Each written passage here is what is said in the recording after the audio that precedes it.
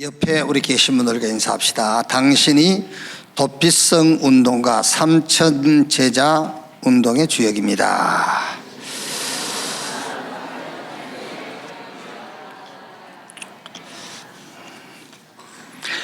마태복음 5장 17절부터 보겠습니다. 마태복음 5장 17절에서 20절까지만 같이 읽겠습니다. 17절에서 20절까지 같이 읽겠습니다. 내가 율법이나 선지자를 폐하러 온 줄로 생각하지 말라. 폐하러 온 것이 아니요 완전하게 하려 함이라.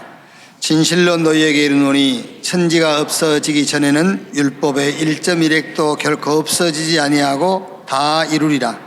그러므로 누구든지 계명 중에 지극히 작은 것 하나라도 버리고 또 그같이 사람을 가르치는 자는 천국에서 지극히 작다 일컬음을 받을 것이요 누구든지 이를 행하며 가르치는 자는 천국에서 크다 일컬음을 받으리라.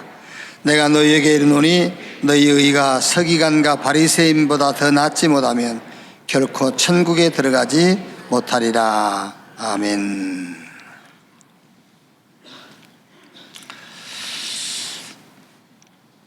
(2020년) 신앙생활을 어디에 목표를 두고 하면 되겠는가?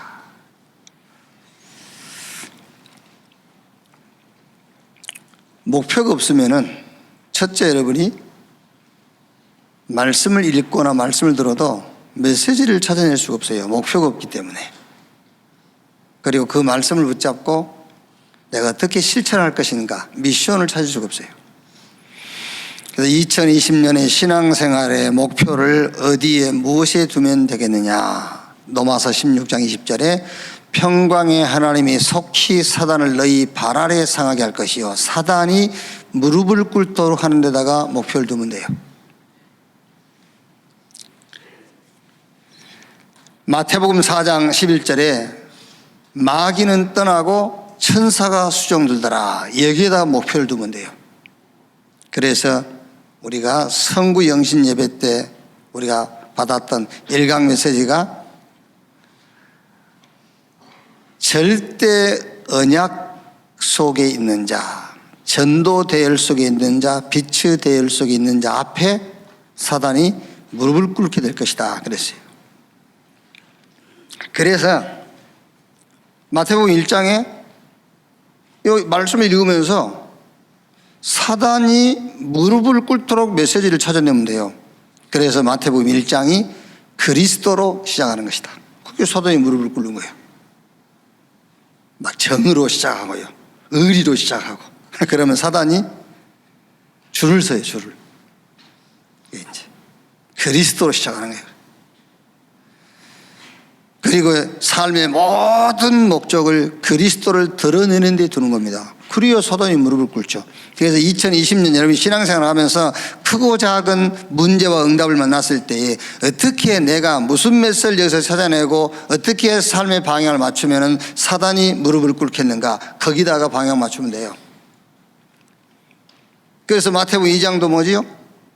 큰 사건이 터졌잖아요. 헤롯이 2살 이하 아이는 다 죽여라. 큰 사건 터졌어요. 이걸 놓고 미션을 찾는 겁니다. 시대의 미션. 렘넌트를 보호해라. 렘넌트를 지켜라. 사단이 무릎을 꿇게 돼 있어요. 그게 3장이 뭐예요? 회개해라, 반성해라가 아닙니다. 그리스도께로 회개해라요. 그리야 사단이 무릎 꿇어요. 그리스도께로 회개. 위에서 주시는 힘을 받아서 그 힘을 가지고 살아라. 그리야 사단이 무릎을 꿇죠. 전도인데 그냥 전도가 아닙니다. 시대의 전도를 찾아라. 그래야 사단이 무릎을 꿇어요. 시 공간을 초월한 영적 사실을 믿는 신앙. 그래야 사단이 무릎을 꿇어요. 우리 신앙의 목적이 의식주 중요합니다. 그런데 거기에 목적을 두면은요 사단이 줄을 서서 따라와요. 성령의 역사, 사단이 결박되고 시 공간을 초월한 천사가 동원되어지는 영적 사실을 믿는, 거기다가 신앙의 그 신앙을 가져야 돼요. 그리고 성령에 이끌리는 삶. 마귀가 떠나고 천사 수종 드는데 그 비밀이 뭐지요? 말씀을 무기로 삼는 거예요. 그래서 2020년은 여러분들이 어디에 목표를 두고 신앙생활하면 되느냐? 사단이 여러분 발 아래 무릎을 꿇는 거기다 목표를 딱 두세요. 어떻게 하면 사단이 무릎을 꿇겠는가? 이게요. 얼른 예를 들어서 막 이 원한을 품고요, 미워하고 두고 보자 그러면은 사단이 무릎 꿇겠어요? 사단이 무릎 안 꿇지. 어떻게 해야 되겠어? 괜찮아? 응. 괜찮아? 그래야 사단이 무릎을 꿇지. 그 문제를 놓고 복음운동, 전도운동을 하는 겁니다. 합평케 하는 자는 복이 있나니 그랬잖아요. 그래서 사단이 무릎을 꿇지. 그래서 지난주에는 마태복음 5장 1절에서 12절 말씀을 가지고 사단을 무릎 꿇게 하는 도구 8개. 그게 뭐였죠? 하나님의 의 대신 그리스도로만 만족하는 자, 심령이 가난한 자, 거기에 사단이 무릎을 꿇어요. 내 형편 사정 때문에 우는 것이 아니고 사단의 12가지 전략에 갇혀있는 현장을 보고 애통하는 자, 그게 사단이 무릎을 꿇죠. 틀을 깨라. 선천적 조건을 기준 삼고 수준 삼지 말고 후천적 조건을 기준으로 삼고 수준으로 삼아라. 그리스도 예수 안에서 하나님이 주신 그 기준, 그 수준, 후천적 조건을 수준으로 삼는. 그래서 그걸 가지고 계속 틀을 깨는 겁니다. 의에 줄이고 온유한 자, 서밋 타임의 삶이 된 자, 하나님께 늘 집중하는 자, 그게 의에 줄이고 목마른 자, 모든 것 모든 현장을 그리스도의 눈으로 봐라, 긍휼히 여기는 자, 나는 범사에 그리스도가 필요하다, 마음이 청결한 자, 모든 현장을 복음운동, 전도운동으로 합평케 하는 자, 위에서 상이 있는데 그 상을 지금 누리는 자, 이게 사단을 무릎 꿇게 하는 우리 신앙생활의 8가지 도구. 자, 그러면 오늘 17절에서 20절 말씀인데 제목이 율법과 복음의 관계예요. 결론부터 율법과 복음의 관계, 그 첫째가 율법이 복음의 상위법이라고 생각하는 사람들이 있어요. 율법이 복음의 상위법. 그래서 사도행전 15장 1절 말씀 보면은 유대인들이 주장하는 거예요. 모세의 법대로 할례를 받지 아니하면 구원을 받지 못한다 그랬다니, 그게 무슨 말이죠? 율법이 복음의 상위법으로 생각하는 거예요. 여러분들 가운데에서는 그런 분이 안 계신 것 같죠? 있어요. 여러분들이 혹시 이런 말 할 겁니다. 복음이면 다야? 그럼 뭐가 다인데? 그 말 자체는 복음 말고도 다른 것 더 중요한 것이 있다고 얘기하는 거예요. 그게 율법이 복음의 상위법이라고 생각하는 사람이에요. 그 사람은 사단의 손에 잡혀 있는 사람이에요. 결과는 어떤 결과가 오는지 압니까? 100% 망해버려요. 100% 망해요. 그러니까 율법과 복음의 관계에서 율법이 복음의 상위법이라고 생각하는 거예요. 그러니까 유대인들이 예수님 보고 너의 선생님은 왜 모세의 율법을 어기고 안식일 날 병 고치고 그러냐 이렇게 하잖아요. 그러니까 율법이 복음의 상위법이라고 생각하는 겁니다. 자, 그 다음에는 율법이 복음의 보조법이에요. 복음을 보조해 주는 것이 율법이라고 생각하는 거죠. 그래서 은혜로 구원받지만은 율법도 지켜야 된다라고 말하는 거죠. 왜? 은혜로 받은 구원이 불완전하기 때문에 율법을 또 지켜줘야 완전해진다고 얘기하는 거죠. 그러니까 신학적으로 유보론적 구원론을 좋아하는 사람이 있어요. 은혜로 구원받지만 철저하게 회개해야 된다는 거예요. 낱낱이 자기가 실수하고 죄 지은 것을 다 회개해야 된다. 그래서 유보론적 구원, 분명히 이 사람들도 예수 믿음으로 구원받는다고 해요. 그러나 회개해야 된다는 거예요. 윤리 도덕주의자들, 이런 사람들은 사단이 그 사람 이름 밑에다가 이렇게 써놨어요. 잠시 보류, 임시, 임시 대기 이렇게 써놨어. 사단 임시 대기. 이제 왜? 언젠가는 넘어질 거니까. 그 대기하고 있는 거예요, 사단이. 율법을 복음의 보조법이라고 생각하는 겁니다. 자, 그 다음에 복음은 율법의 완성법이다. 복음이 율법을 완성시킨 거예요. 자, 이런 사람 이름 옆에는 이렇게 써놨어요. 사단이. 접근 금지 이렇게. 그 사람 이름 접근 금지.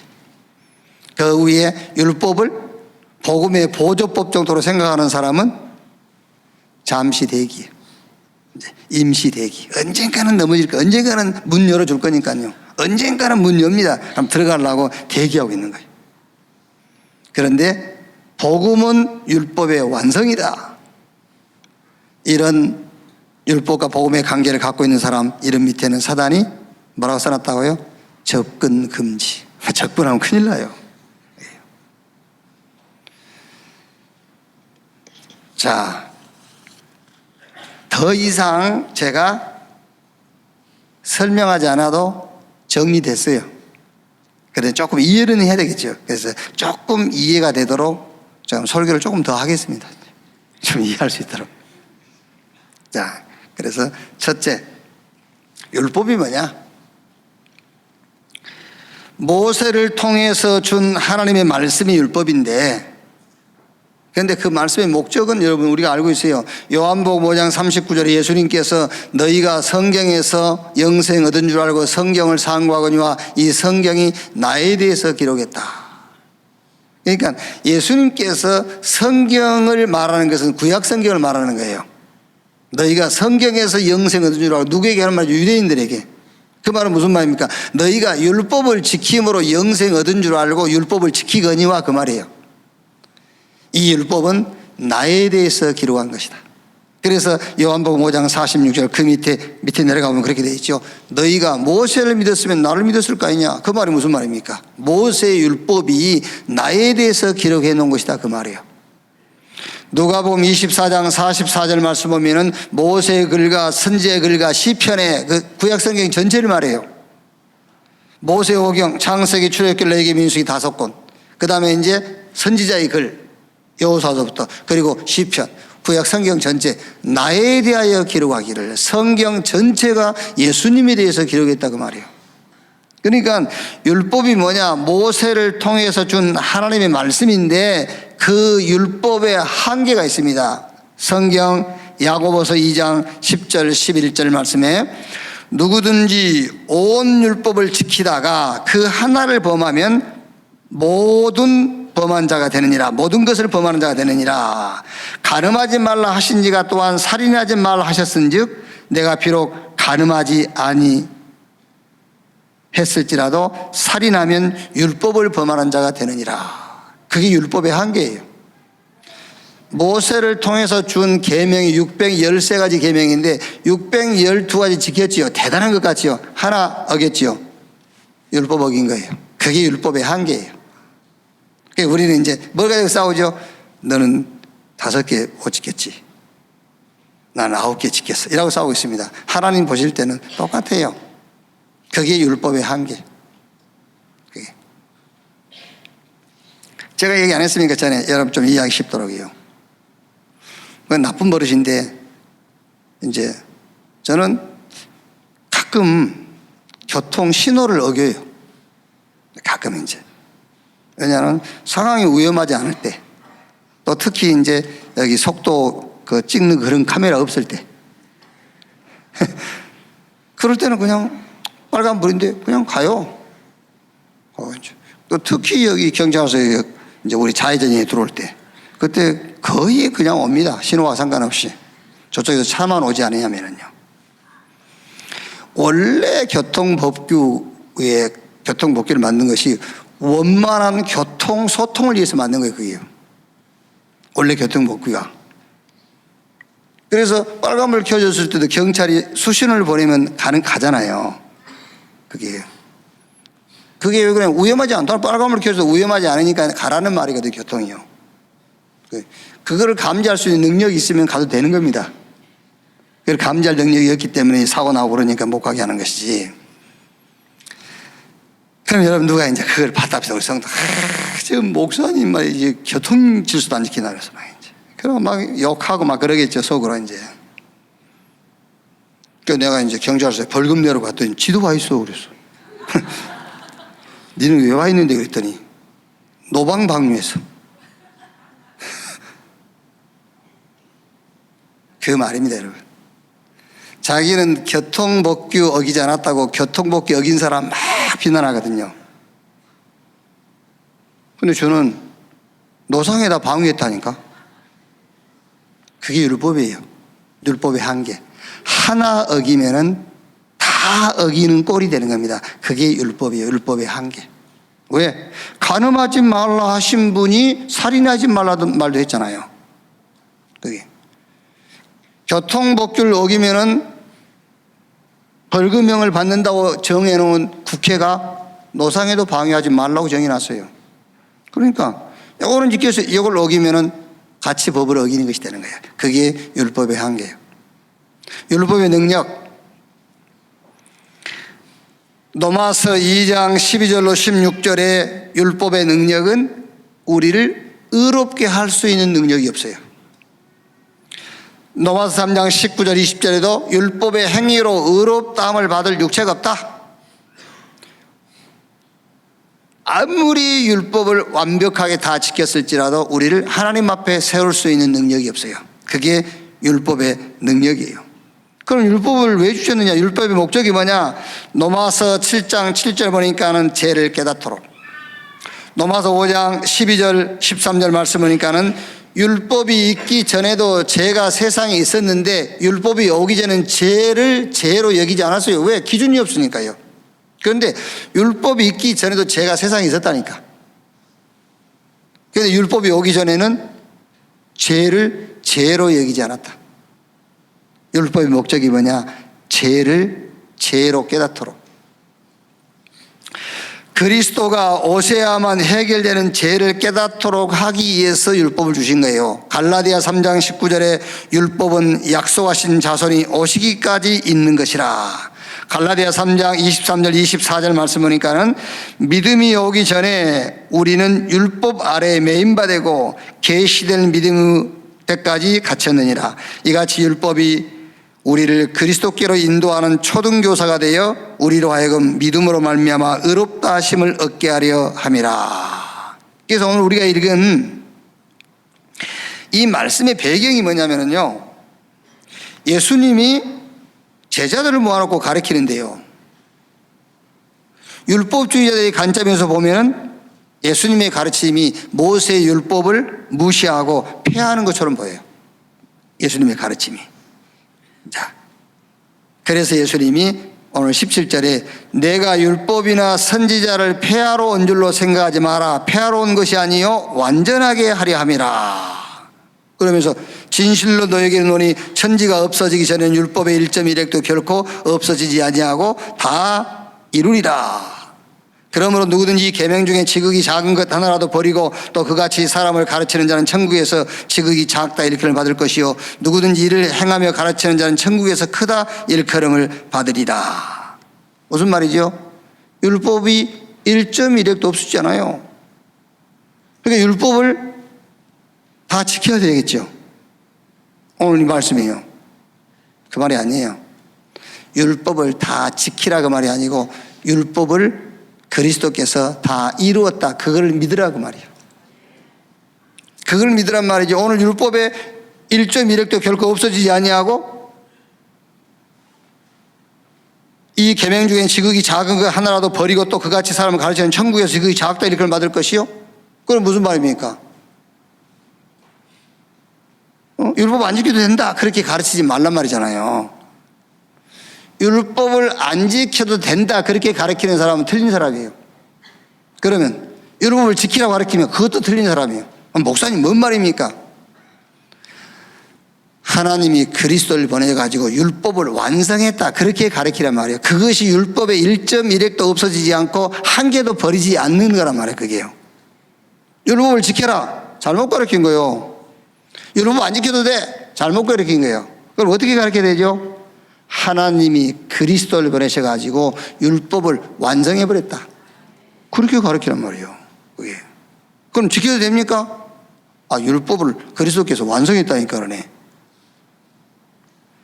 자, 그러면서 이제 설명을 하는 겁니다.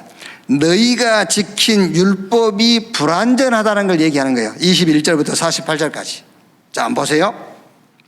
21절부터 이제 하나씩만 예를 들면 살인하지 말라 그랬거든요. 그러니까 옛사람에게 살인하지 말라, 누구든지 살인하면 심판을 받게 되리라 하였다는 것을 너희가 들었으나 나는 너희에게 이르노니 형제를 미워만 해도 살인이라. 그러니까 그 율법이 얼마나 불완전한 거냐 그 말이에요. 율법에는 살인만 안 하면은 법을 지키는 걸로 너희가 알고 있지? 아니야. 형제 미워해도 살인이야. 그러니까 너희가 사람 안 죽였다고 너희가 율법 지켰다고 말하지만은 그거는 완전한 게 아니야. 형제 미워해도 살인이야라고 얘기하는 거예요. 그러니까 너희가 완전하다고 붙잡은 그 율법이 얼마나 불완전한 것인가를 얘기하는 거예요. 자, 또 27절 32절에도요. 간음하지 말라 그랬거든요.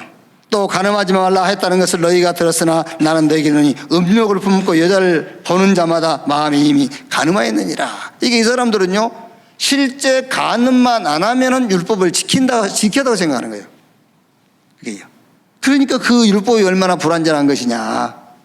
여자를 보고 음욕만 품어도, 음욕을 품고 여자를 바라봐도 이미 간음한 거야. 그러니까 너희가 지켰다고 하는 율법은 불완전한 거라는 걸 얘기한 거라니까요. 33절 37절에 헛명세하지 마라 그러면서 맹세를 했으면 지키라 그 말이에요. 헛명세하지 마라 말은 맹세했으면 지키라 하였으나 예수님 뭐라 하지요? 나는 너희에게 말하노니 도무지 맹세하지 말라. 인간이 할 수 있는 것은 한계도 없다고 말이에요. 그러니까 너희가 맹세해놓고 그 맹세를 지킨다. 지켰으면 너희가 율법을 지켰다고 말하지? 아니야. 도무지 맹세하지 말라. 인간이 할 수 있는 것, 인간이 지킬 수 있는 것은 한계도 없다. 그 말이에요. 자, 38절, 48절이에요. 이제 이는 이로, 눈은 눈으로 갚으라. 율법에는요. 그런데 예수님 이렇게 얘기해요. 오른밤 때리면 왼밤 주고, 대주고. 겉옷 달라면 속옷 달라면 겉옷도 주고 오리 가자면 심리를 같이 가지고 구하는 자에게 주고 꾸고자 하는 자에게 거절하지 말라. 그러니까 너희가 이는 이로 눈은 눈으로 율법이 갚으라 했는데 그것이 얼마나 불완전한 법이냐 그 말이야. 자, 마지막에 말했죠. 이웃 사랑하고 원수를 미워해라 그랬거든요. 이 율법에는 이웃을 사랑하고 원수를 미워해라. 그런데 예수님은 너희 원수를 사랑하고 핍박하는 자를 위해서 기도해라. 너희가 행하지 않았다고 너희가 율법을 지켰다고 하는 그것이 얼마나 불완전한 것인가를 예수님께서 얘기하는 거예요. 그래서 율법에 대한 결론이 뭐냐? 불완전한 율법의 행위로 하나님께 나가는 기준으로 삼지 말고 하나님의 의가 되는 그리스도를 하나님께 나가는 기준으로 삼으라 그 말이에요. 자, 율법을 지켜야 되느냐 안 지켜야 되느냐. 율법을 지켜라 안 지켜도 된다. 둘 다 틀린 거예요. 하나님이 그리스도를 보내셔서 율법을 완성했다. 그래서 하나님의 의 되신 그리스도를 가지고 하나님께 나가는 것이다. 자, 두 번째로 율법과 복음의 관계를 놓고 우리가요 절대 체험해야 될 게 있어요. 율법과 복음의 관계를 놓고 절대 체험해야 될 것. 그게 뭐냐? 인간의 근본 문제. 우리 청년들이 이제 도당성 집중을 하면서 여러 가지 질문을 하는 중에 그 중에 하나가요. 마태복음 27장 46절 말씀 보면 예수님께서 십자가에서 운명하시면서 마지막 하신 말씀이 있어요. 나의 하나님 나의 하나님 어찌하여 나를 버리시나이까.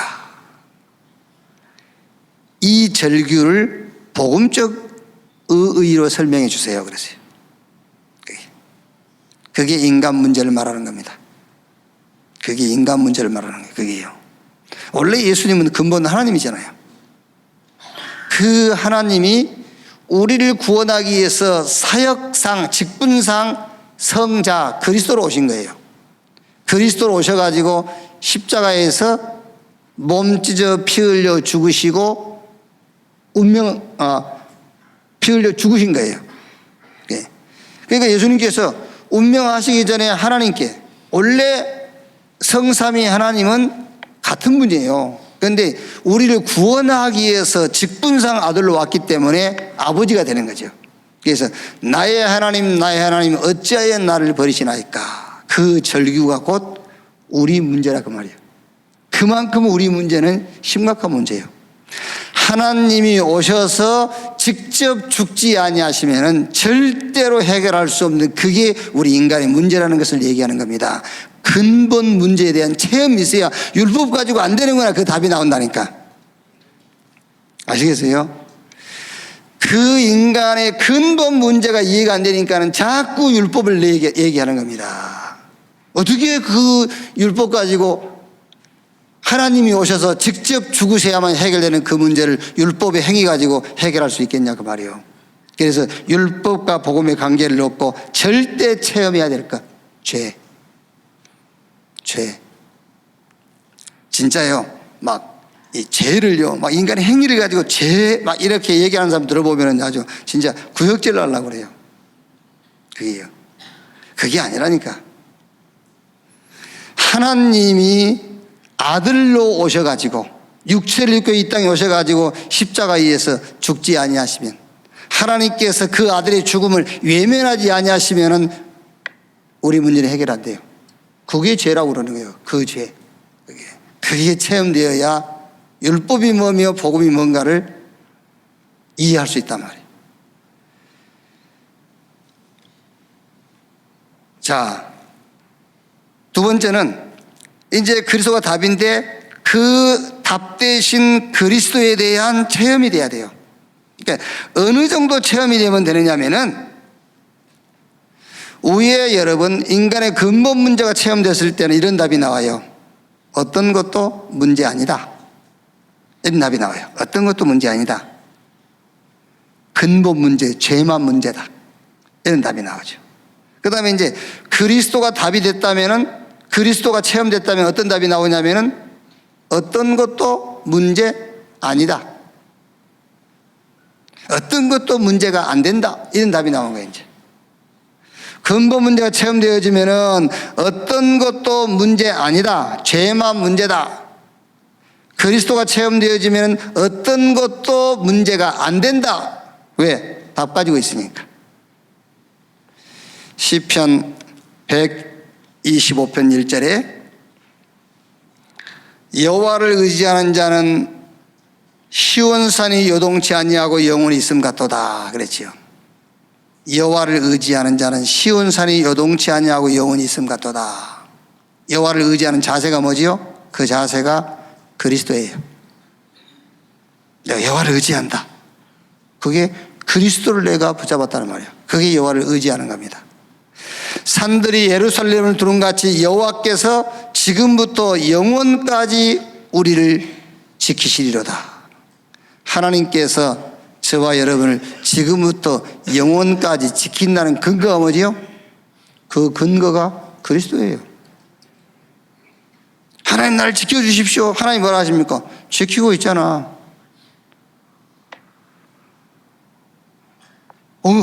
지금 나는 막 위태롭고 위기 가운데 있는데요. 네가 그리스도 붙잡으면 그게 내가 너를 지키는 거야. 그렇죠? 악인의 규가, 그 악인의 규라는 말은 악인의 권세, 악인의 능력, 그 악인의 규가 의인의 땅에서는 권세를 누리지 못하리니 이는 의인으로 죄악의 손을 대지 않게 하려 함이니라. 악인의 규, 아무리 약한 자가 강하고 힘이 있고 권세가 있을지라도 의인 앞에서는 그 권세를 못 누려요. 그 원인이 뭐냐? 그 원인이 그리스도예요. 여러분이 진짜 그리스도로 답이 나버리면은 어떤 것도 문제 안 된다. 어떤 것도 문제 안 돼요. 자, 진짜 율법과 복음의 관계 속에서 꼭 체험해야 될 게 뭡니까? 하나님의 역사입니다. 하나님은 무엇을 중심으로 일하시는가? 그걸 체험해야 돼요. 하나님은 복음을 드러내는 것 중심으로 일해요. 복음을 드러내는 거예요. 복음을 나타내는 거.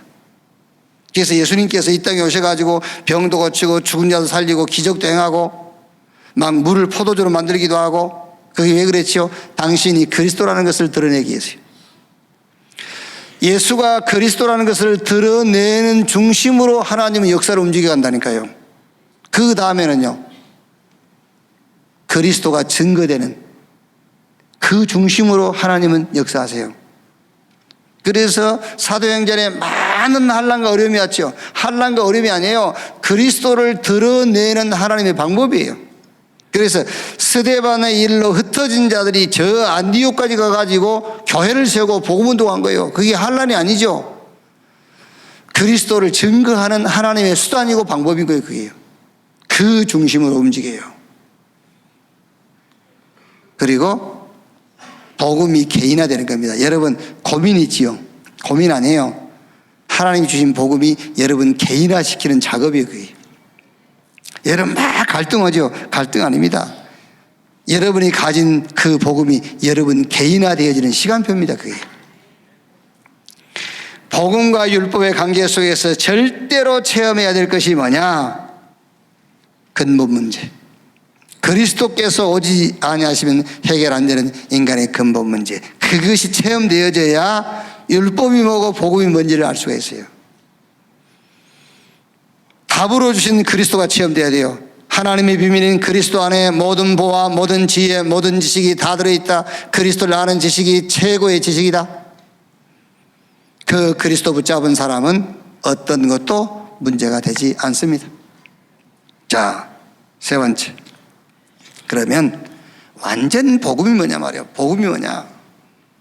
갈라디아 1장 1절로 1장 6절 9절에 바울이 우리가 너에게 전한 복음 외에 다른 복음을 전하면 하늘에서 온 천사라도 저주를 받을지어다 했고요.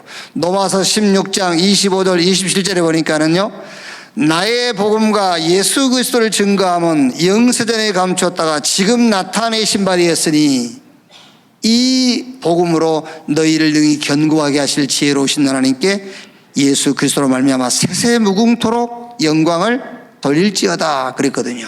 그러면 이 복음, 우리가 말한 복음, 이 복음이 뭐냐 말이에요. 이 복음은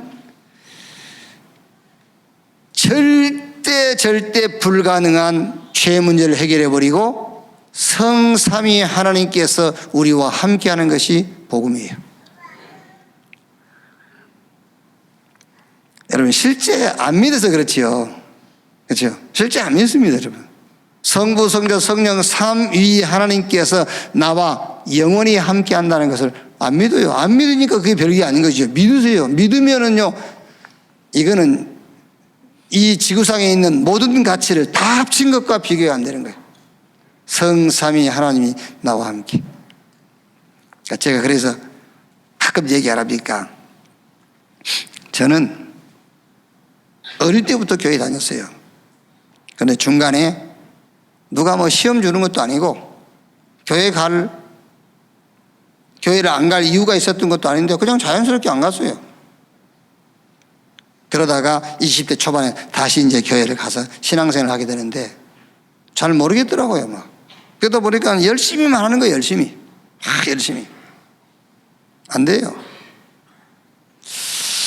그리고 뭐 구원받았다는데 뭐 받은 것 같지도 않고, 구원받았다는데 뭘 받은 것 같지도 않고, 조금 사람이 바뀐 것 같은데 한 3개월 지나니까는 그동안 쌓여있던 것이 한꺼번에 터지고, 그게 안 돼.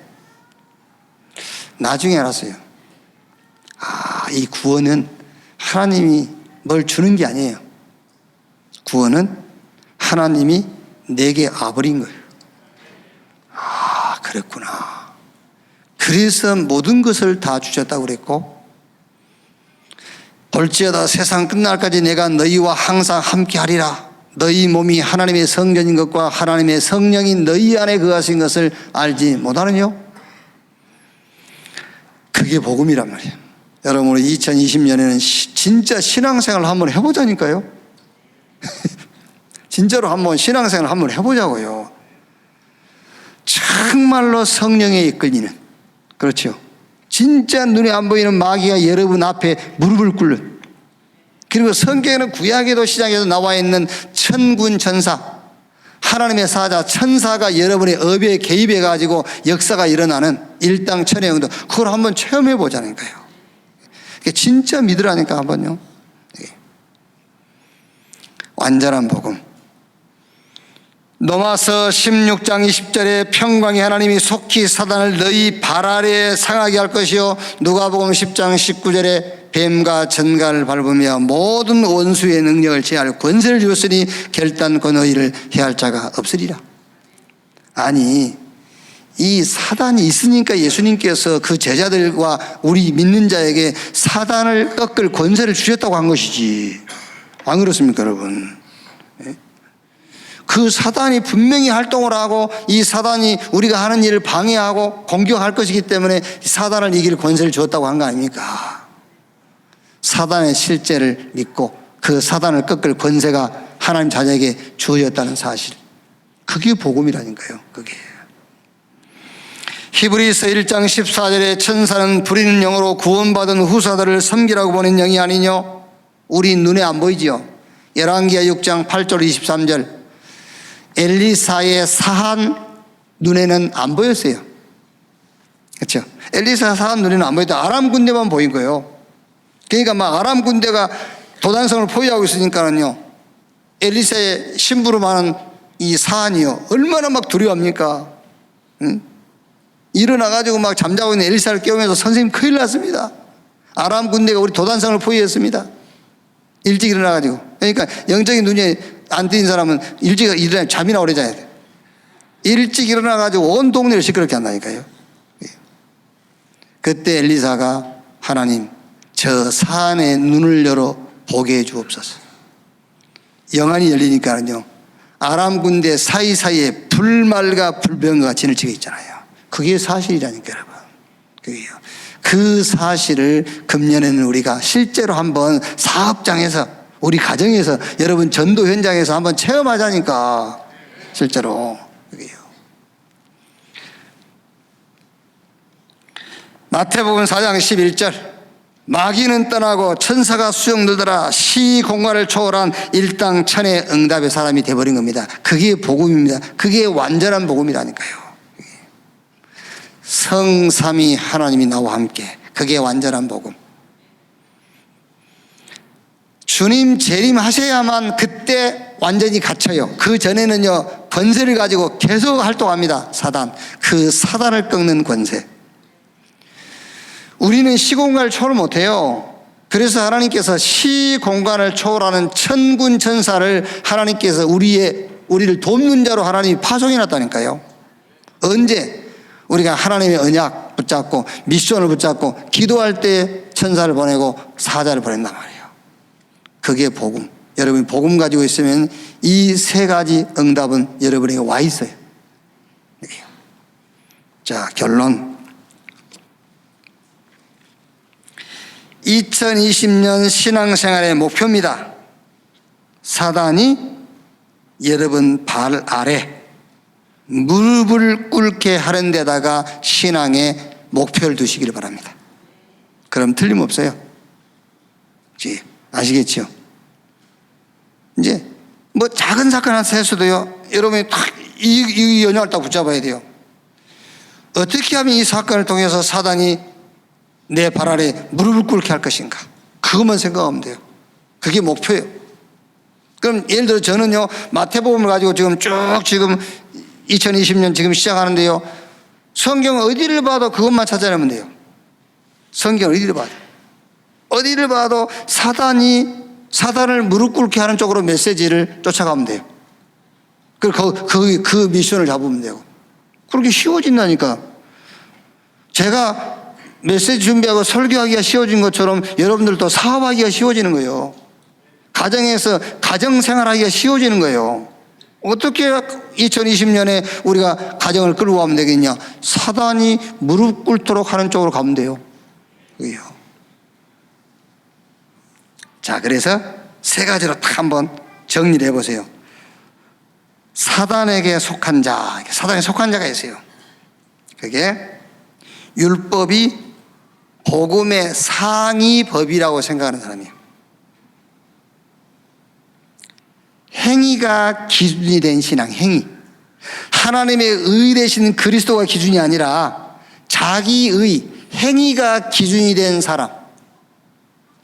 그래서 로마서 10장 1절로 4절에 유대인들이 이스라엘이 망할 수밖에 없는 이유를 바울이 얘기했잖아요. 하나님의 의 되신 그리스도를 따라가는 것이 아니라 자기 의를 따라가는. 그래서 이스라엘이 그렇게 망했다, 그 얘기예요. 사단에게 소속이 된 자 누구냐? 율법이 복음의 상위 법이라고 생각하는 사람. 그 사람들의 특징이 뭔지 압니까? 복음이면 다야. 여러분 주변에 들어봤죠, 그런 말? 여러분 집에서도 가끔 그런 소리 들리죠? 복음이면 다야. 복음이 다지. 뭐가 단데? 그게요. 이 사람의 결과 100% 망합니다. 99% 아니에요. 100% 망해요. 지금은 안 망하죠. 100% 망해요. 왜? 사단이 가지고 놀아요. 그게. 두 번째 사람이 있어요. 사단의 임시 대기자 명단에 들어가 있는 사람이 있어요. 사단의 임시 대기자 명단에 딱 들어가 있어요. 그 사람이 누구냐? 율법이 복음의 보조법이라고 생각해. 율법이. 그래서 은혜로 구원받지만은 철저하게 회개해야 된다, 이렇게 가르치는 사람이. 많이 들어봤죠? 교회에서도 많이 들어볼 건데요. 목사님 그럼 회개 안 해도 됩니까? 회개해야지. 어디로? 그리스도에게로. 반성해가지고는 그 회개 안 되는 거예요. 반성해가지고는요. 후회해가지고는 회개 안 되는 겁니다. 그리스도에게로 회개를 해야 그게 회개가 되는 거예요. 그게. 여러분이 밥 먹고 우리 교회 주보 갖고 와서 바깥 계산해서 해보세요. 미쳤나지? 아니 밥 먹고 우리 주보 갖고 와서 여기서 해보세요. 미친놈이 안 나르지. 카드를 내야 결제를 해야지. 그래야 회개가 되는, 계산이 되는 것이지. 그리스도 아니면 회개할 수 있는 방법은 이 땅에 없는 거예요. 그게. 율법이 복음의 보조법이라 생각해요. 보조. 은혜로 구원받지만 철저하게 회개해야 된다는 겁니다. 그래가지고 신학이 나온 것이 뭐지요? 유보론적 구원론이에요. 그러면 행위로 구원받는 말이냐? 그러면 아니라고 해요. 그럼 뭔데? 철저하게 회개해야 된다는 거예요. 천국 가기 전에는. 이런 사람들은 사단의 임시 대기자 명단에 올라가 있어요.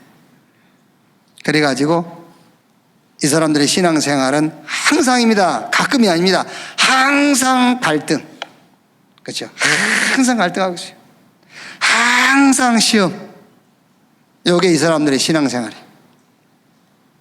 자, 그 다음에 사단이 자기들끼리 해가 있어요. 사단도 요한계시록 22장 9절 보면은 사단의 조직이 있어요. 자기들끼리 사단의 조직에서 접근 금지자 명단이 있어요. 사단은 저희들끼리 야, 쟤 접근하지 마. 그 이제 여기 계신 분들은 거의 거기 명단에 들어가 있을 거예요. 사단이 접근 금지자 명단에 여러분 이름 다 들어가 있어요. 우리 장로님 70분 명단 거기 다 들어가 있어요. 접근 금지. 이 사람들이 누구냐? 복음은 율법의 완성이다. 그게요. 복음 율법의 완성. 그러니까 여러분들이 싸우지 말라니까 이제 제가 하는 말을 딱 정리를 하고 율법 지켜야 되냐 안 지켜야 되냐 싸우지 마요. 구원을 받아서 지켜야 된다. 이제 우리가 구원 받았으니 율법을 다 지켜야 된다. 그러니까 다 틀린 말이에요. 율법을 지켜야 되냐 율법을 지켜라. 틀렸어요. 율법 안 지켜도 돼. 틀렸어요. 하나님은 복음으로 율법을 완성해 버렸어요. 아시겠죠? 그래서 율법의 행위로 하나님 앞에 나가는 것이 아니라 하나님의 의 되신 그리스도 복음으로 하나님께 나가는 거예요. 그럼 율법 안 지켜도 되냐? 참 답답하네 이 사람. 하나님이 복음을 보내셔서 율법을 완성했다니까 그러네. 그래. 그럼 무슨 말인데요? 네 행위 가지고 하나님 앞에 나가지 마. 그 행위 가지고 나가봐야 하나님은 거들떠 보지도 않아. 하나님의 의 되신 그리스도를 가지고 나가라. 그게요. 그리고 우리가 살아가면서 실수할 수도 있고 넘어질 수도 있고 또 다른 사람보다 내가 더 바르게 살 수도 있고 그거는 하나님 앞에서 의는 안 돼요. 그게 사회생활에서 칭찬을 받을 수 있어요. 그거 가지고 전도하죠. 참말의 말씀입니다. 예수가 그리스도라고 믿어져야 그게 전도예요. 그게 여러분이 착한 행실을 가지고 전도합니까? 아닙니다. 여러분의 착한 행실을 보고 나도 교회 다녀야지. 그 사람 지옥 가요. 예수가 그리스도라는 사실을 믿어야만 구원받아요. 절대로 속지 마세요. 행위 가지고 하나님 앞에 설 수 있는 사람은 창세로부터 주님 재림 오신 날까지 아무도 없어요. 하나님의 의 되신 그리스도만 우리를 하나님 앞에 세울 수 있어요. 그래서